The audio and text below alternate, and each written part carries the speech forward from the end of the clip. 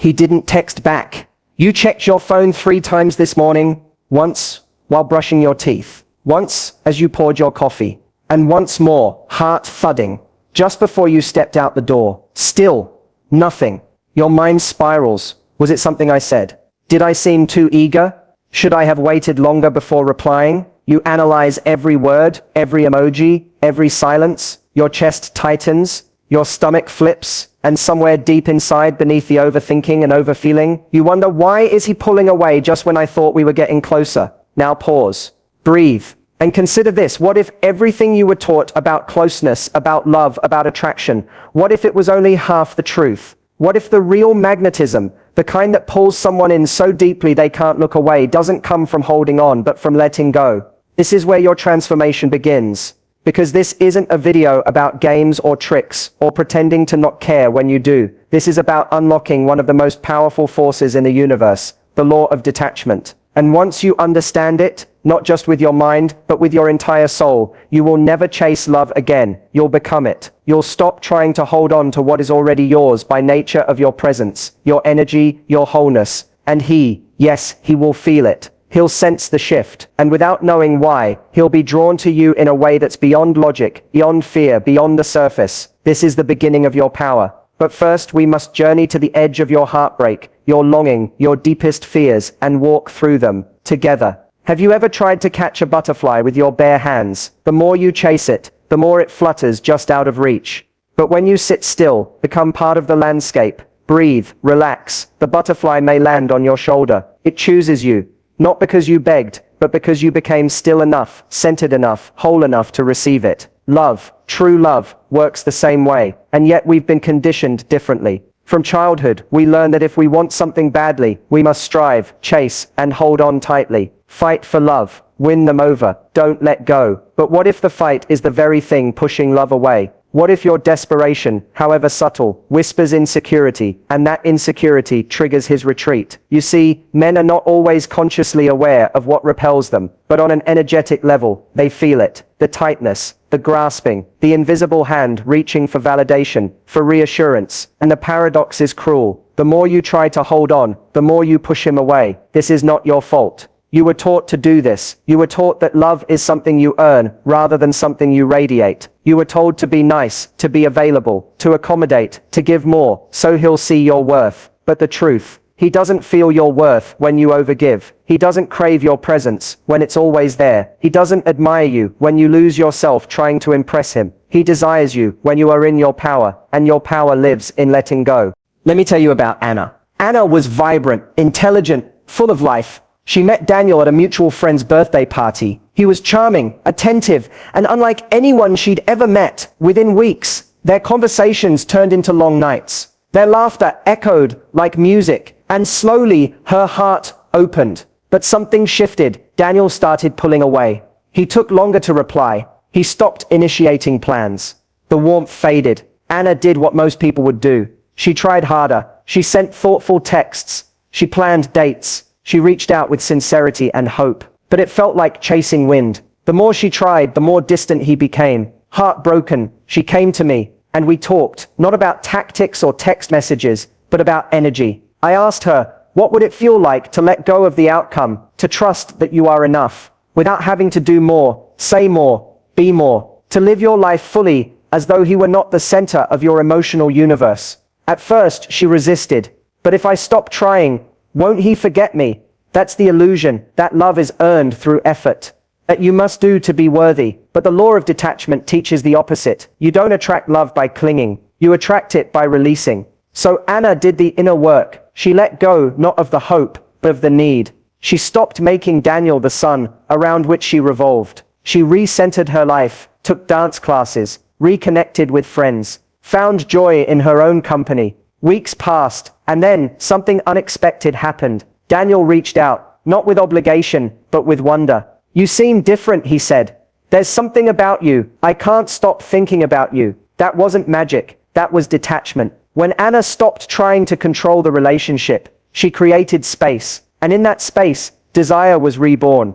This is where philosophy meets psychology, where ancient wisdom meets modern attraction. In the Bhagavad Gita, An ancient spiritual text, there's a profound line. You have the right to perform your actions, but not the fruits of your actions. This is detachment. Do your part, show up with love, authenticity, grace, but let go of the outcome. This doesn't mean indifference. It doesn't mean you stop caring. It means you trust. You trust that what is meant for you cannot be lost, that your worth is not measured by someone else's response. Attachment is fear, disguised as love. It says, if I don't hold on, I'll lose him. Detachment is love without fear. It says, if he is mine, he will stay. And if not, something greater awaits. In romantic relationships, this distinction changes everything. When you act from attachment, your energy says, please choose me, please see my worth. But when you act from detachment, your energy shifts to, I know my worth, I trust your freedom, and I choose me first. And here's the paradox, when you choose you, others do too, especially men.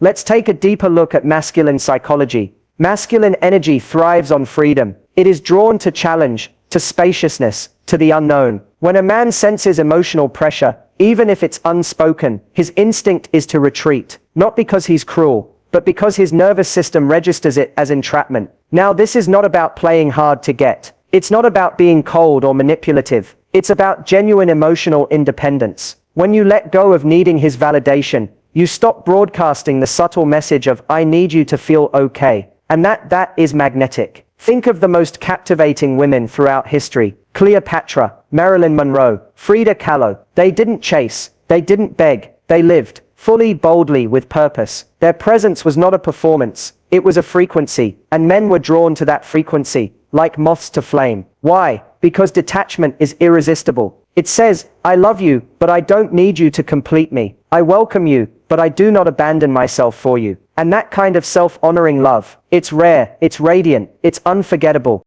But let's be honest, letting go is hard, because letting go means facing your own loneliness. It means sitting with the ache of unfulfilled hope.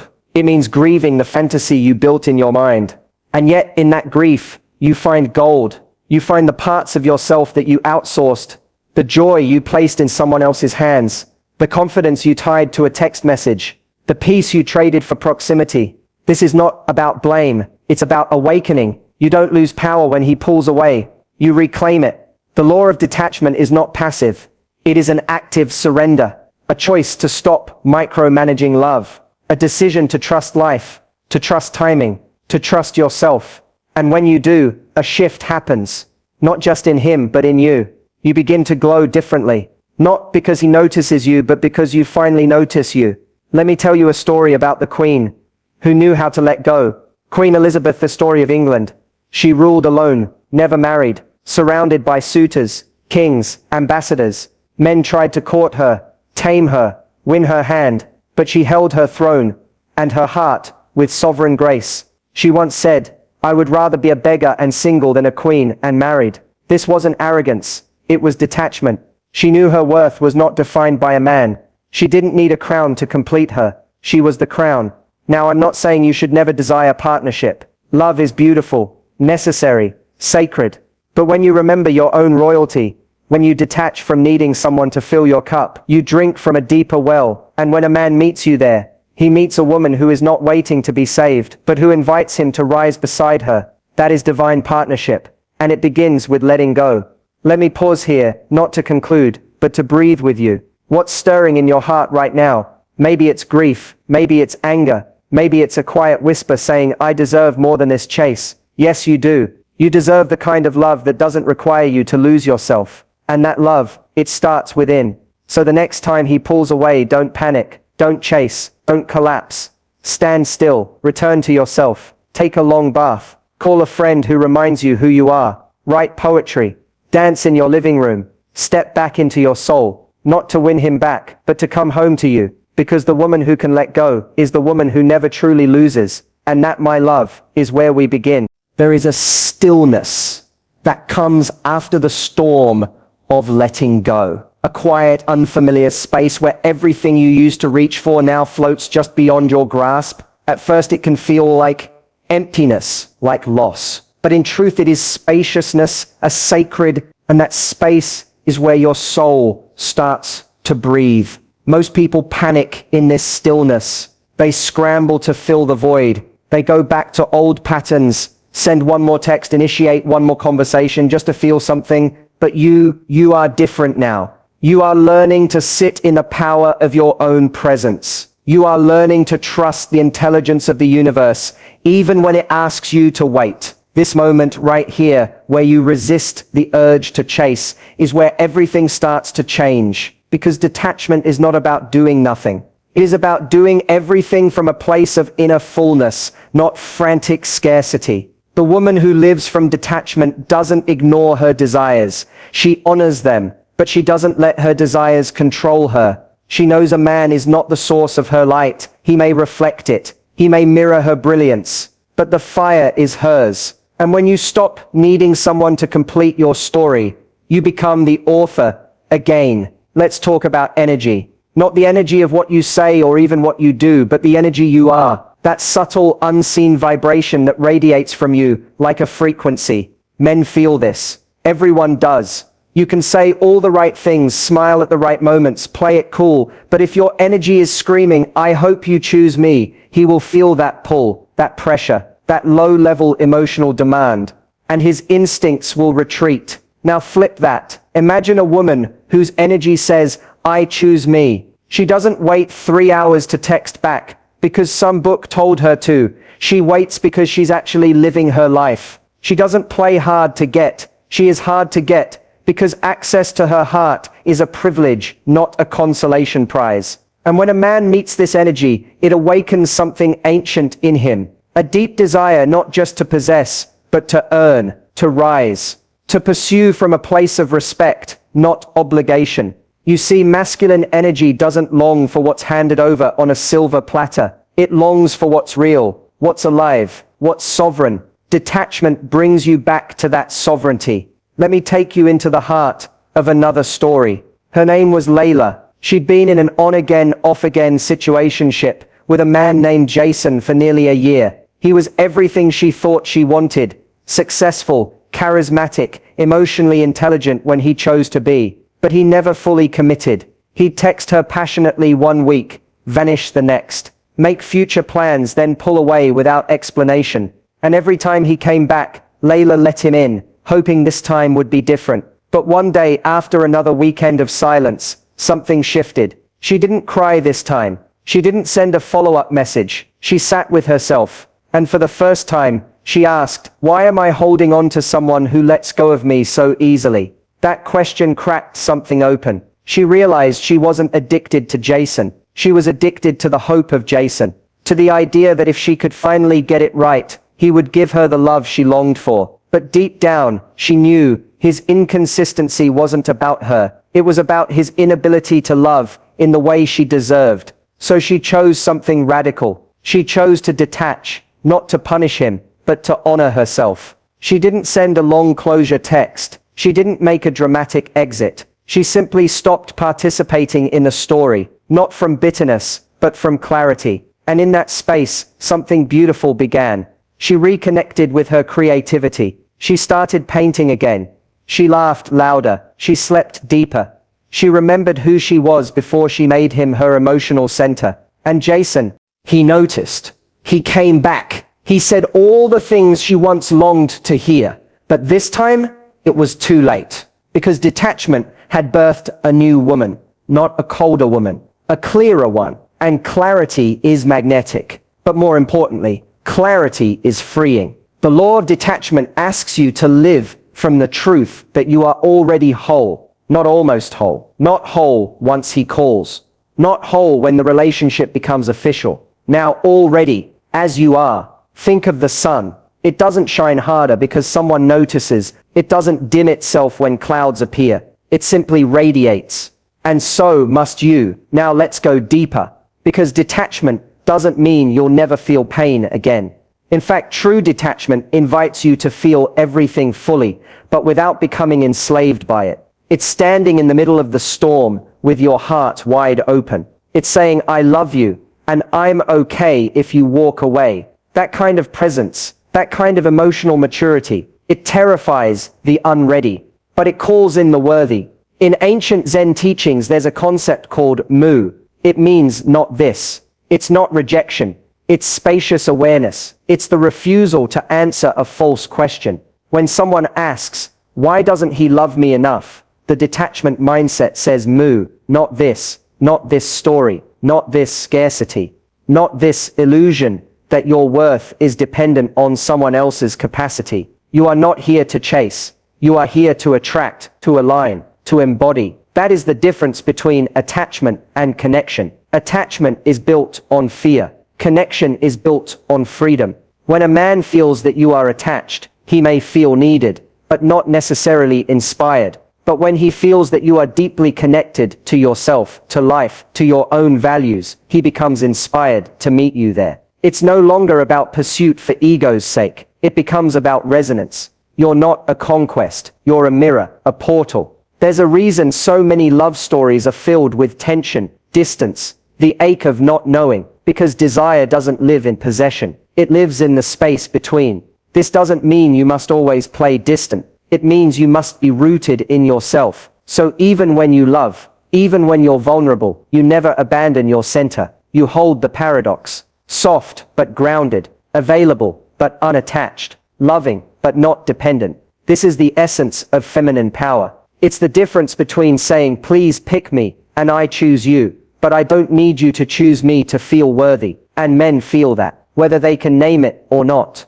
So how do you cultivate detachment? How do you stop spiraling into overthinking, into checking your phone, into analyzing every word? You come back to your body, because attachment lives in the mind, but detachment lives in the body. Every time your thoughts race, ask, what am I feeling right now? Put your hand over your heart, breathe into it. Say to yourself, I'm safe, I'm loved, I don't need to control this. Then do something grounding, go outside, move your body, write something beautiful, laugh, reclaim your energy. Because every time you spiral into anxiety over a man, you are leaking your life force, giving away your divinity, forgetting who you are. But when you return to your breath, to your art, to your mission, you become irresistible, not because you're trying to be, but because you've become a woman on fire. And fire doesn't chase, it burns. Let me remind you of a truth, so deep, so eternal, that once you hear it, you'll never unhear it. You were not put on this earth to be someone's option. You were not designed to prove yourself to someone unsure. You were made for devotion,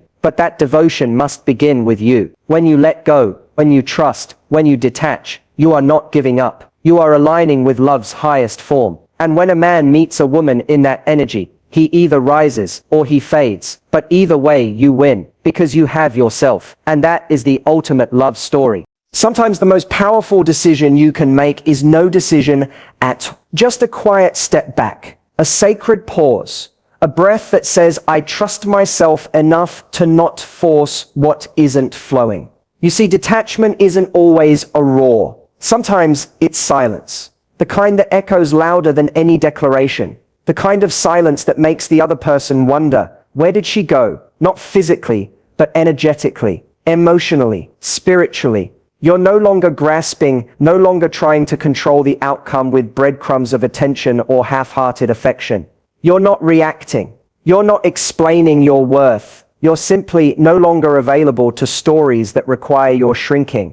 And that's when he notices. Because energy doesn't lie. And the energy of a woman who has detached from need, from proving, from waiting, is undeniable. It's a gravity, a frequency, a shift in the room. You stop chasing and suddenly you're being pursued. You stop proving and suddenly you're being seen. You stop giving out of fear and suddenly what you receive is genuine. This is the paradox of detachment.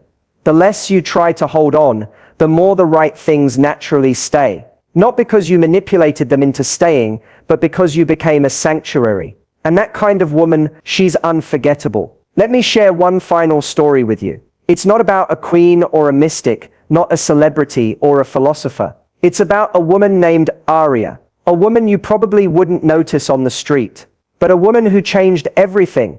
Not by chasing love, but by becoming it. She had fallen in love with a man who said all the right things but withheld the one thing she truly needed, consistency. He'd show up when it was convenient, whisper future promises, only to disappear in moments of emotional intimacy. And for a while, Aria tolerated it. She thought maybe love was supposed to be earned this way. Maybe if she just communicated better, became more understanding, more patient, he'd finally see her. But late one night, standing barefoot in her kitchen, crying into a cup of tea she didn't even want, she heard a whisper rise up from within her. A voice not born of bitterness but truth. It said, "This is not what love feels like." And she listened. Not because she was done loving him, but because she had finally started loving herself more. So she detached, not with a wall, but with a boundary. She didn't ghost him. She didn't post passive-aggressive quotes on social media. She simply aligned with her values, her peace, her radiance. She pulled her energy back, and with it she pulled back the sun. At first he panicked. The texts started flooding in. Apologies, plans, promises. But Arya didn't respond to the noise. She responded to consistency. And when that didn't come, she let go, fully, without ceremony. She got on with her life, not waiting, not checking, not hoping. And in the space where he once lingered, something else took root. Freedom, joy, and aliveness she forgot was even possible. And months later, when she met someone new, a man who mirrored her clarity, her emotional availability, her reverence, it felt effortless. No games, no confusion, no desperate longing, just a meeting of equals, because detachment cleared the path for what was truly aligned. If there's one truth I want you to carry from this journey, it is this: what is meant for you cannot be manipulated into staying, and what is not meant for you cannot be forced into alignment. Detachment is not a tool to get him back. It's the sacred path to get yourself back, to peel away the layers of conditioning that told you to perform, please, or prove, to remember that your worth was never negotiable, that your value doesn't increase when someone wants you. It is eternal, already intact, already enough. When you embrace the law of detachment, you stop making others the center of your emotional universe. You reclaim your orbit, your rhythm, your truth. You no longer need to be chosen, because you've already chosen yourself. And ironically, that is exactly what draws the right people toward you. Not because you are hard to get, but because you are hard to forget. You leave an imprint, not through desperation, but through your presence, through your peace, through the way you remain soft in a world that tried to make you beg. And when he feels that softness, that confidence, that self-trust, he sees the difference. She's not like the others. She doesn't chase. She doesn't play. She doesn't demand love. She is love. There will be moments you're tempted to go back, moments when your old self whispers, just check his story. Just send one message. Just make sure he hasn't forgotten you. But don't betray your growth for a breadcrumb of comfort, because every time you choose yourself in those small, quiet moments, you become more magnetic, more aligned, more powerful. And one day you'll look back and thank yourself, not just for letting go, but for rising, for choosing silence over desperation, clarity over chaos, self-respect over emotional scraps, because that is the moment everything changed. Not when he came back, not when he finally saw you, but when you finally saw you. So here we are, the journey complete, and you changed. You didn't just learn how to detach, you embodied it. You walked the path from ache to authority, from waiting to be wanted, to knowing you are already worthy. And now you move differently. You speak with more intention. You listen with more presence. You love with more freedom, because you no longer love to escape loneliness. You love from overflow. And that kind of love, that's the kind the right man will never want to lose. Because you're not just another woman. You are a force, an invitation, a sanctuary. You are the woman who let go, and in doing so, became unforgettable.